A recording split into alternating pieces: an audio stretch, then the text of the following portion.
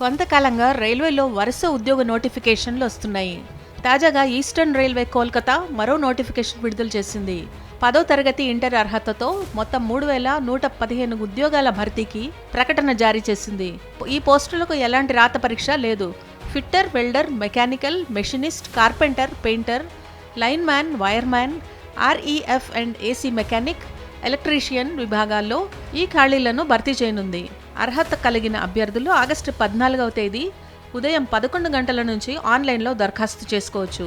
డివిజన్ల వారీగా చూస్తే హౌరా డివిజన్లో 659 పోస్టులు, లిలువా వర్క్షాప్లో 612, సీల్డా డివిజన్ 440 పోస్టులు, కాంచరపార వర్క్షాప్లో 187 పోస్టులు, మాల్డా డివిజన్లో 138 పోస్టులు, అసన్సోల్ డివిజన్లో 412 పోస్టులు, జమలాపూన్ వర్క్షాప్లో 667 పోస్టులను నోటిఫికేషన్ ద్వారా భర్తీ చేయనున్నారు. పోస్టుల ప్రకారం 10తో పాటు సంబంధిత విభాగంలో ఇంటర్, ఐటీఐలో ఉత్తీర్ణత సాధించుండాలి. గరిష్ట వయోపరిమితి 24 ఏళ్లు.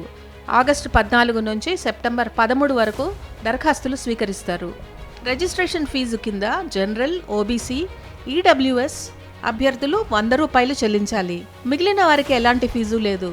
రాత పరీక్ష లేకుండానే విద్యార్హతల్లోని ప్రతిభ ఆధారంగా తుది ఎంపిక ఉంటుంది.